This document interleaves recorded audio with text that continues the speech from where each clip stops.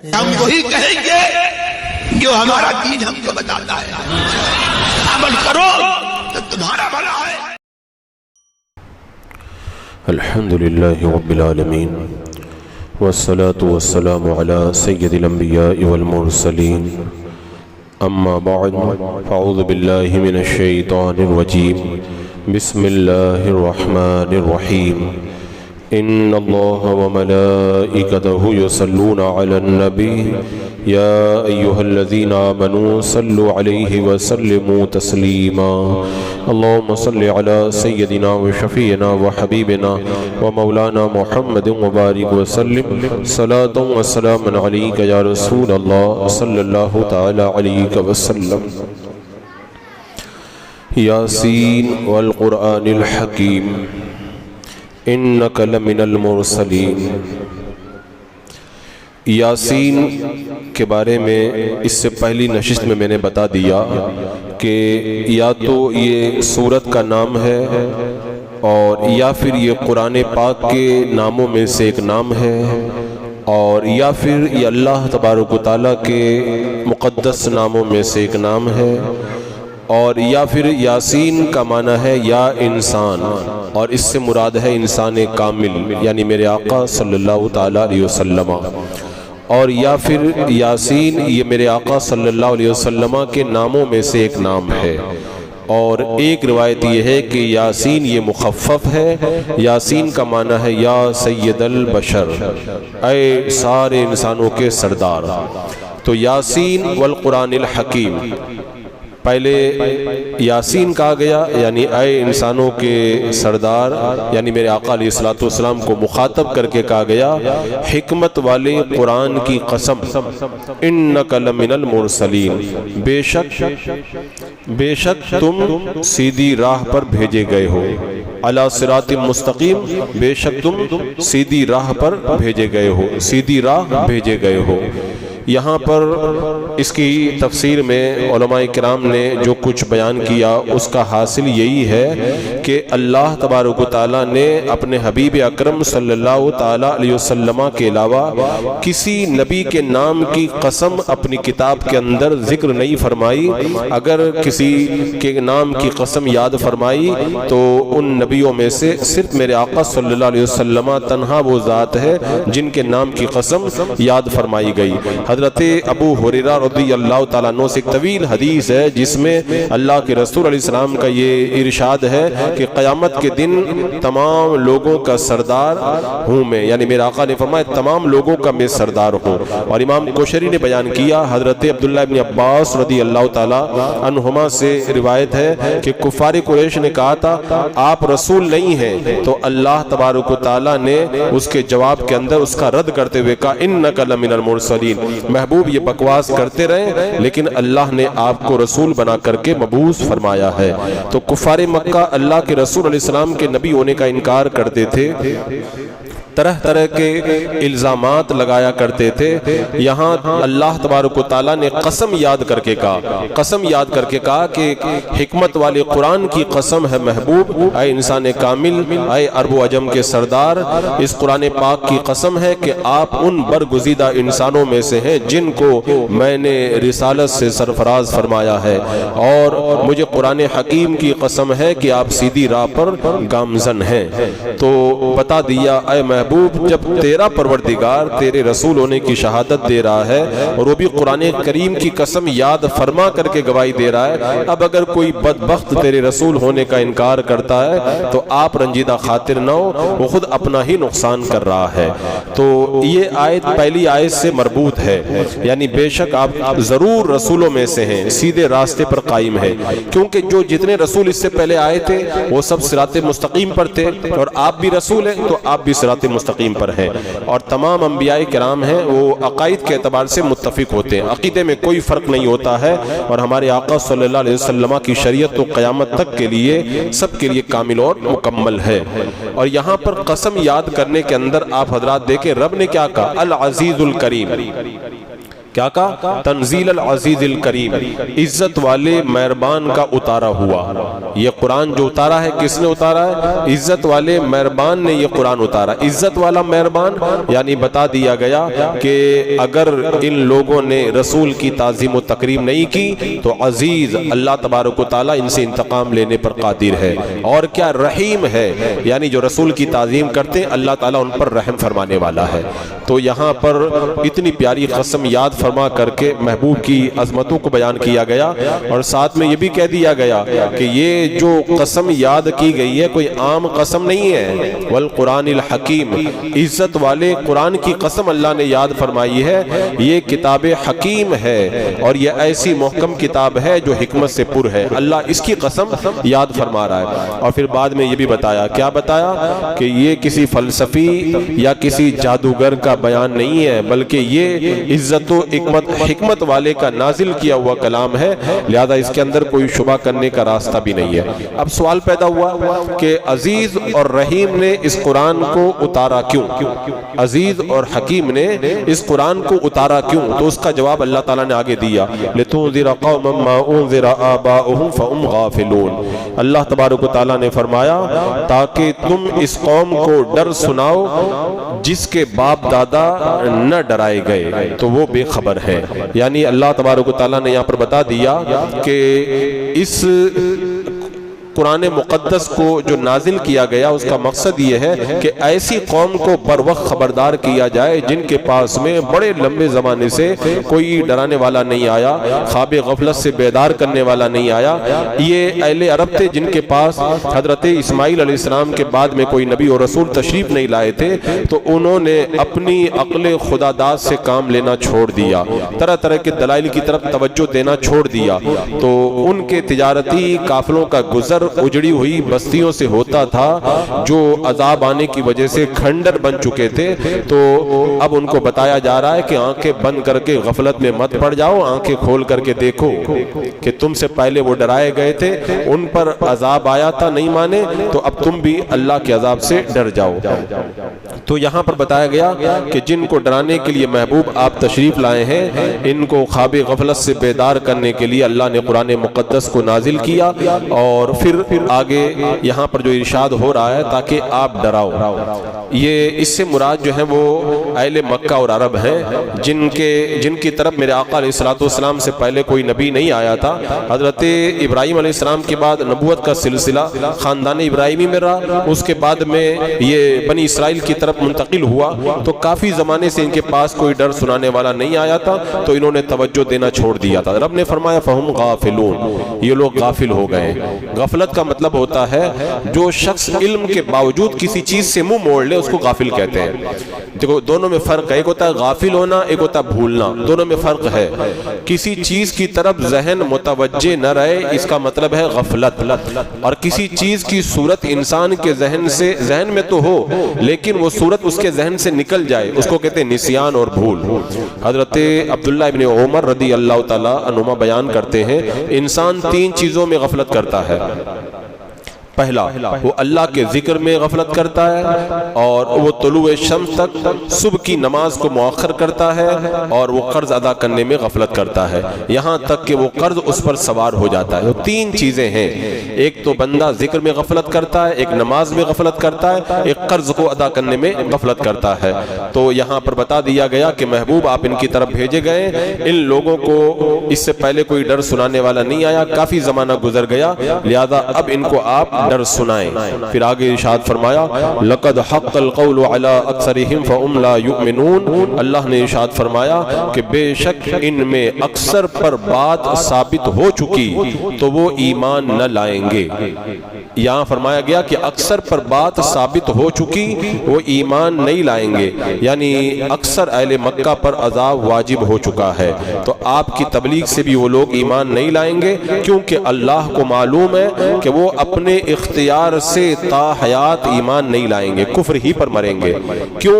اس لیے کہ وہ ضد میں اڑے ہوئے ہیں، اور بندہ جب ضد پہ اڑ جائے تو پھر وہ ایمان لانے کی طرف مائل نہیں ہوا کرتا ہے۔ اور یہاں پر کس طرح ان لوگوں کو غفلت سے بیدار کیا گیا، فرمایا گیا کہ جن کو ڈرانے کے لیے محبوب تشریف لائے ہیں ان کی غفلت کا یہ عالم ہے کہ قرآن نازل ہونے کے بعد بھی ان میں سے بہت سارے لوگوں کے بارے میں یہ فیصلہ ہو چکا ہے وہ ایمان نہیں لائیں گے اور اسی طرح عذاب کے اندر گرفتار رہیں گے، کیونکہ تعصب ان کے اوپر سوار ہو چکا ہے۔ اب آگے اللہ تبارک و تعالیٰ نے ان کے تعصب کی ایک مثال بیان فرمائی۔ کیا فرمایا؟ اِنَّا جَعَلْنَا فِي أَعْنَاقِهِمْ أَغْلَالًا فَهِيَ إِلَى الْأَذْقَانِ فَهُمْ مُقْمَحُونَ، ہم نے ان کی گردنوں میں طوق کر دیے ہیں کہ وہ ٹھوڑیوں تک ہیں، تو یہ اب اوپر کو منہ اٹھائے رہ گئے ہیں۔ کیا مطلب ہوا؟ اس آیت کریمہ کا مطلب سمجھنے کے لیے تھوڑا اس کو سمجھ لیا جائے کہ یہ ہے کیا چیز، منہ اٹھائے ہوئے اس کا مطلب کیا ہے۔ تو اس کے بارے میں مفسرین فرماتے ہیں کہ گھوڑے کی جب باگ زور سے کھینچی جاتی ہے تاکہ وہ اپنا سر اوپر کو اٹھا لے، تو اس وقت عرب کا والے کہتے ہیں کہ گھوڑے کا منہ اٹھا ہوا ہے۔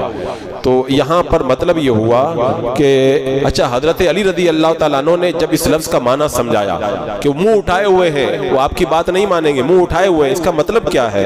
تو حضرت علی رضی اللہ تعالیٰ عنہ نے اس کا مطلب سمجھایا، اپنی داڑھی مبارک کے نیچے اپنے دونوں ہاتھ رکھے اور سر کو اوپر اٹھا دیا کہ وہ پھر نیچے نہ ہو سکے، یعنی ہاتھ کو اسے داڑھی کے نیچے رکھ کے اوپر اٹھا دیا، اور جب داڑھی کے نیچے ہاتھ رکھ کر کے اوپر اٹھا دیں گے تو پھر وہ نیچے کی طرف بندہ نہیں دیکھ پائے گا کہ نیچے کیا ہو رہا ہے۔ تو اللہ تبارک و تعالیٰ نے یہاں پر فرمایا ان منکرین کی ایسی حالت ہے جیسے ان کے ہاتھوں میں زنجیر اور گلے میں توق ڈال دیے گئے اور انہیں گردن کے ساتھ سختی سے جکڑ دیا گیا ہے، ان کا سر اوپر اڑ گیا ہے اور وہ یوں اکڑے اور جکڑے ہوئے ہیں کہ آنکھیں آسمان کی طرف اٹھی ہوئی ہیں، نہ سر ہلا سکیں نہ دائیں بائیں دیکھ سکیں۔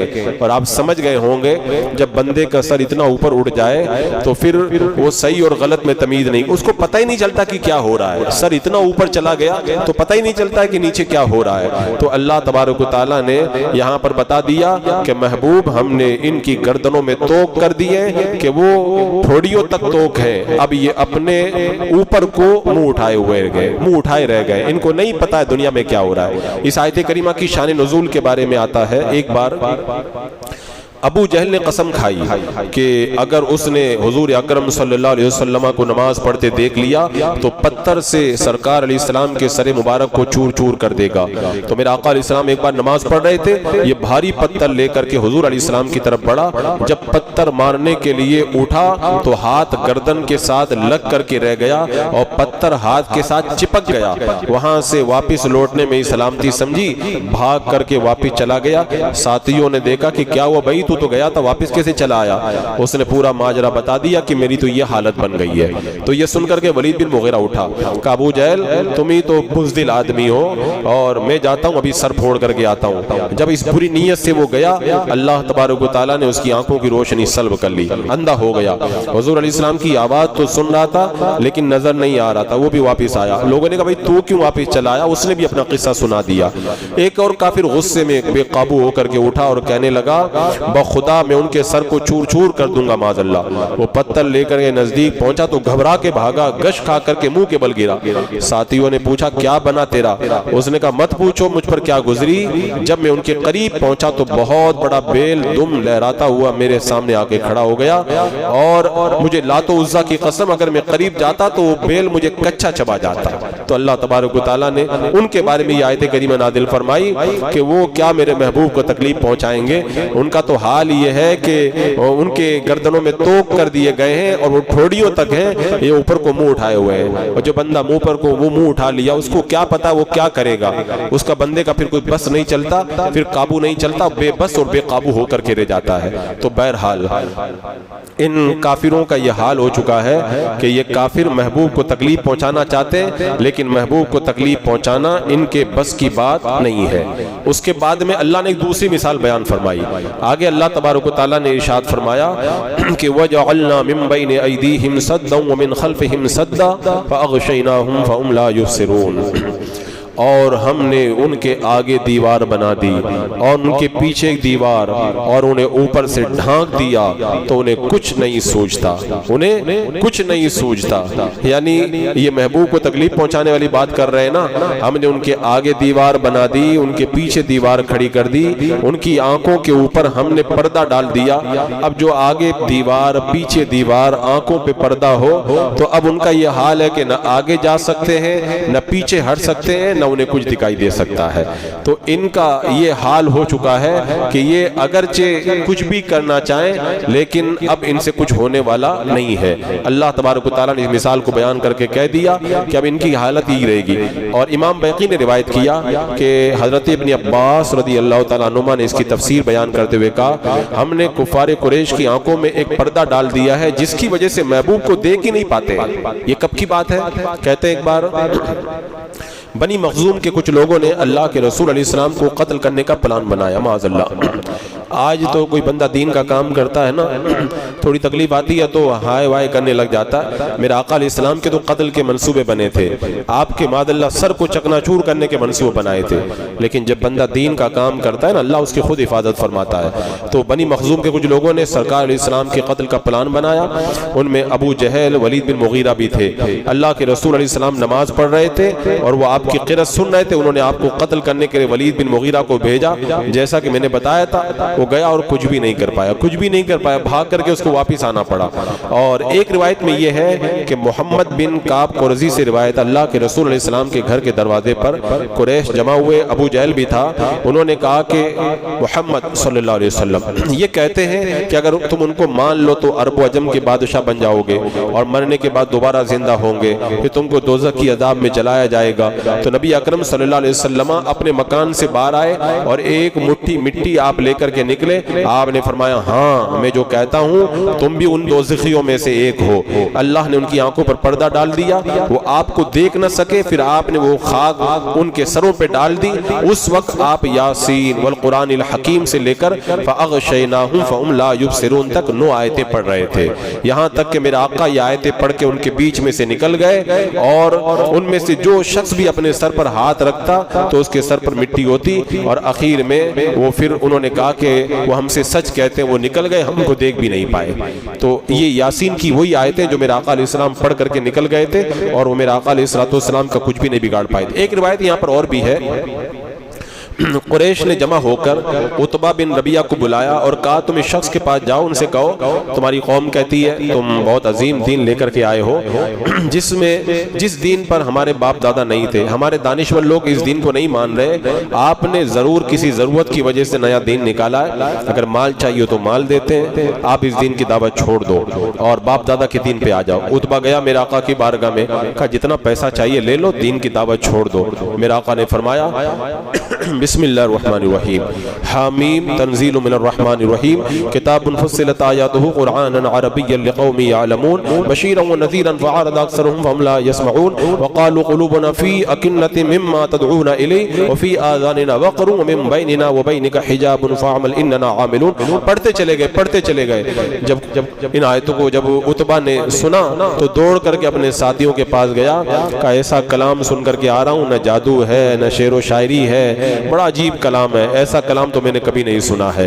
تو وہ غضبناک ہو گئے، اب انہوں نے ارادہ کیا کہ اللہ کے رسول کے پاس خود آئیں، تو آپ نے ان کا قصد کیا اور آپ تشریف لائے، ان کے سر کے پاس کھڑے ہو گئے، بسم اللہ پڑھ کے یاسین کی 9 آیتیں آپ نے پڑھی، اور اس کے بعد میں اللہ نے ان کے ہاتھوں کو ان کی گردنوں پر باندھ دیا اور ان کے سامنے ایک دیوار آگے پیچھے کھڑی کر دی اور آپ نے ایک مٹھی اکٹھا کر کے ان کے سر پہ ڈالی اور میرے آقا چلے گئے، وہ کچھ بھی نہیں کر سکے۔ تو ان حدیثوں سے پتہ چلتا ہے مسلمان جب پریشان ہو جائیں، کافر تنگ کرنے لگے نا، یہ 9 آیتیں بہت کام کی ہے۔ کافروں کا گھیرا توڑنے کے لیے ان آیتوں کے اندر بڑا کمال اللہ نے رکھا ہے۔ کتنا بھی کوئی آپ کو ستانے کے لیے پے در پہ ہے، آپ جب ان آیتوں کو پڑھ کر کے یہ حصار کریں گے تو اللہ تبارک و تعالیٰ آپ کی حفاظت کا سامان پیدا فرما دے گا۔ تو اللہ تبارک و تعالیٰ نے فرمایا ہم نے ان کے آگے پیچھے دیوار کھڑی کر دی ہے، یعنی بتا دیا گیا کہ گردن میں توک ہے اور ٹھوڑی تک گردن اٹھی ہوئی ہے، آگے پیچھے دیوار ہے۔ اب یہ لوگ کیا ایمان لائیں گے؟ چاروں طرف سے تو یہ لوگ بند ہو گئے. یہاں پہ کچھ لوگ سوال کر سکتے ہیں, کوئی سوال کر سکتا ہے کہ جب اللہ تعالیٰ نے خود ہی ان کے سارے راستے بند کر دیے تو پھر وہ ایمان نہیں لائے تو وہ مجرم کیوں ہوئے, ان کا کیا جرم ہے؟ کیونکہ جب اللہ اس کے رسول نے ان کا جرم بتایا جا رہا, ان کا جرم یہ ہے کہ جب اللہ اس کے رسول نے ان کو بتا دیا کہ ہدایت یہ ہے, گمراہی یہ ہے, اس کے باوجود وہ مذاق بنانے لگے, قتل کی سازشیں کرنے لگے, تو اللہ تبارک و تعالیٰ نے ان کے کرتوتوں کی وجہ سے ان کے دل پر مہر لگا دی. یہ مجبور نہیں ہے, ان کے کرتوت اور ان کی ضد ہے, ایمان نہیں لا رہے ہیں, لہذا اس لیے ان کے اوپر عذاب نازل ہوگا. اور اس کے بعد میں آخر میں رب نے فرمایا وَسَوَاءٌ عَلَيْهِمْ أَأَنذَرْتَهُمْ أَمْ لَمْ تُنذِرْهُمْ لَا يُؤْمِنُونَ, اور انہیں ایک سا ہے تم انہیں ڈراؤ یا نہ ڈراؤ وہ ایمان لانے کے نہیں. آخر میں اللہ نے مہر لگا دی. کیا فرمایا؟ یہ لوگ ایمان لانے والے نہیں ہیں کیونکہ انہوں نے اپنی صلاحیتوں کا گلا اپنے ہاتھوں سے گھوڑ دیا ہے اور اب اپنی آنکھوں کو انہوں نے پھوڑ لیا ہے. جو بندہ خود اپنی آنکھیں پھوڑ لے تو اس کو کہاں سے نظر آئے گا؟ اپنے کانوں میں انگلیاں ٹھوس لی ہیں تو انہوں حق کی آواز کہاں سے آئے گی؟ اب ان کو اسلام کی طرف بلاؤ مت بلاؤ, اب یہ مر چکے ہیں, ان کا دل مر چکا ہے. جو بندہ سو جائے نا اس کو جگایا جاتا ہے, جو مر جائے نا اس کو پھر نہیں جگایا جا سکتا. یہ لوگ مر گئے, انہوں نے اپنے دل کو مردہ کر لیا, یہ لوگ ایمان نہیں لائیں گے. لیکن ایک سوال ہوتا ہے, جب یہ ایمان لائیں گے نہیں, ڈراؤ نہ ڈراؤ کوئی فائدہ ہی نہیں ہے, تو پھر اللہ کے رسول علیہ السلام نے کیوں ان کو ڈرایا؟ تو جواب یہ ہے ڈراؤ یا نہ ڈراؤ ان کو فائدہ نہیں ہے, میرے آقا کو فائدہ ہے. میرے آقا جب ان کو ڈرائیں گے تو یہ حق کی تبلیغ ہوگی تو میرے آقا کو تبلیغ کا فائدہ ملے گا. اگر کوئی کافر ایمان نہیں لاتا ہے ہم پھر بھی اسے دعوت دیں گے, پھر بھی دعوت دیں گے. کیوں؟ اس کا تو فائدہ نہیں ہے, میرا اور آپ کا تو فائدہ ہے نا, ہم دعوت دیں گے, اللہ ہم کو ثواب عطا فرمائے گا. تو ان کے حق میں آپ کا عذاب سے ڈرانا برابر ہے, کیونکہ یہ تو اپنے حیے پھوڑ چکے ہیں, اپنی آنکھیں پھوڑ چکے ہیں, اپنے کان بند کر چکے ہیں. لیکن جو دعوت دین دے گا نا اس کا فائدہ ہوگا. اللہ تبارک و تعالیٰ اس پر اپنا انعام و اکرام نازل آج بڑے بڑے جو کافر نیتا ہیں مسلمانوں کے خلاف بکواس کر رہے ہیں, ہم کو چاہیے کہ ان کو اسلام کی دعوت دیں. وہ جتنا ظلم چاہیں وہ کریں, ہم ان کو جو ہے وہ دعوت لکھ کر کے بھیجیں کہ اسلام کی یہ سچی تعلیمات ہے, تم اسلام کی طرف چلے آؤ. وہ نہیں آنے والے ہیں لیکن ہم کو دعوت دینے کا ثواب ملے گا. لیکن ہمارا تو یہ حال ہے, ہم اپنے اوپر جو فرائض اور واجبات دوسرے ان کو نہیں ادا کرتے, دوسروں کو کیا دین کی دعوت دیں گے؟ ضرورت ہے ایسے موقع پہ لوگوں کو دین کی طرف بلایا جائے. آج بھی لاکھوں ایسے کافر ہیں جو انتظار کر رہے ہیں کوئی حق کا اجالا دکھائے تو ہم حق کی طرف آئیں, اور کثیر تعداد میں لوگ کلمہ پڑھ بھی رہے ہیں. اگر ہماری دعوت کا اگر انداز بدل جائے تو اور بھی لوگ اسلام کے دامن میں آئیں گے. بسم اللہ الرحمن الرحیم. اللہم صلی علی سیدنا مولانا محمد وبارک وسلم صلاۃ و سلام علیک یا رسول اللہ. یا اللہ یا رحمان یا رحیم یا رب العالمین, اپنے پیارے محبوب صلی اللہ علیہ وسلم کے صدقے میں ہمیں قرآن کی برکتوں سے مالا مال فرما. اے اللہ ہمیں دعوت حق کا جذبہ عطا فرما. اے اللہ ہمیں حق پر قائم و دائم رہنے کی توفیق عطا فرما. قرآن کے جلووں سے ہماری دنیا اور آخرت کو روشن و تابناک فرما دے. ایمان پہ زندگی, ایمانی پر موت عطا فرما. ربنا تقبل منا انک انت السمیع العلیم وتب علینا انک انت التواب الرحیم. ان اللہ وملائکتہ یصلون علی النبی یا ایھا الذین آمنوا صلوا علیہ وسلموا تسلیما. اللهم صل علی سیدنا وشفیعنا وحبیبنا ومولانا محمد وبارک وسلم صلاۃ وسلام علیک یا رسول اللہ. سبحان ربک رب العزۃ عما یصفون وسلام علی المرسلین والحمد للہ.